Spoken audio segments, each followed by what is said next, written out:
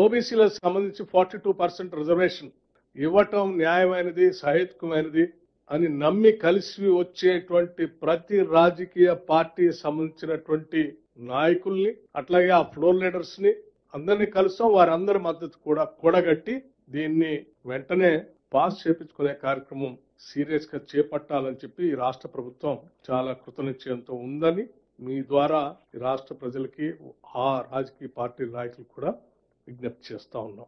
మాకు ప్రగాఢమైనటువంటి నమ్మకం ఉంది.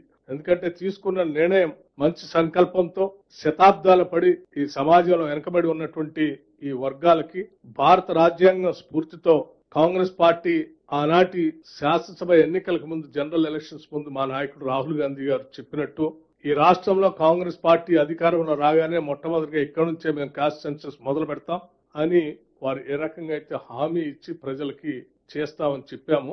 దానికి న్యాయం చేసే విధంగా మేము తీసుకున్నటువంటి ఈ చర్యకి అన్ని వర్గాల నుంచి మద్దతు కూడగట్టగలిగాం. దాన్ని సక్సెస్ఫుల్ గా చేయగలిగాం. ఇదే స్థాయిలో భారతదేశ స్థాయిలో కూడా కాస్ట్ సెన్సస్ జరగాలని చెప్పి శాసనసభలో తీర్మానం చేసి పంపించాం. అలా తీర్మానం చేసినప్పుడు కూడా చాలా మంది భారతదేశ స్థాయిలో ఇది జరుగుతుందా అనేటువంటి ఒక ఆలోచన కూడా వ్యక్తపరిచారు.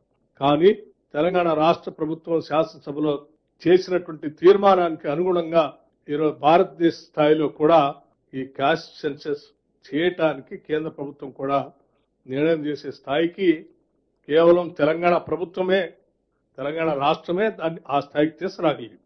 తెలంగాణ మోడల్ అనేది ఈరోజు దేశవ్యాప్తంగా దీన్ని ఫాలో అవుతూ ఏ రాష్ట్రమైనా రేపొద్దున భవిష్యత్తులో దేశంలో ఎక్కడ ఇటువంటి social economic political employment caste survey జరగాలి అని అంటే తెలంగాణ రాష్ట్ర ప్రభుత్వం చేసినటువంటి ఈ సర్వేనే రిఫరెన్స్ గా మిగిలే అంత స్థాయిలో దీన్ని అంత పకడ్బందీగా చేయగలిగాం.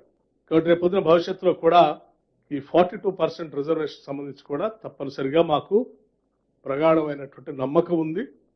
పార్లమెంట్ లో కూడా అన్ని రాజకీయ పార్టీలు బీసీలకి 42% రిజర్వేషన్ ఇవ్వడానికి మద్దతు ఇస్తాయని, సహకరిస్తాయని, దీన్ని ముందు తీసుకొని పోవడం కోసం, పాస్ చేయడం కోసం ఒప్పుకుంటాయని మేము ప్రగాఢంగా నమ్ముతున్నాం. దానికోసం కావాల్సిన విధంగా రిప్రజెంటేషన్ చేయడం కోసం రాష్ట్ర ముఖ్యమంత్రి రేవంత్ రెడ్డి గారి నాయకత్వంలో ఒక డెలిగేషన్ అందరినీ కలుస్తాం.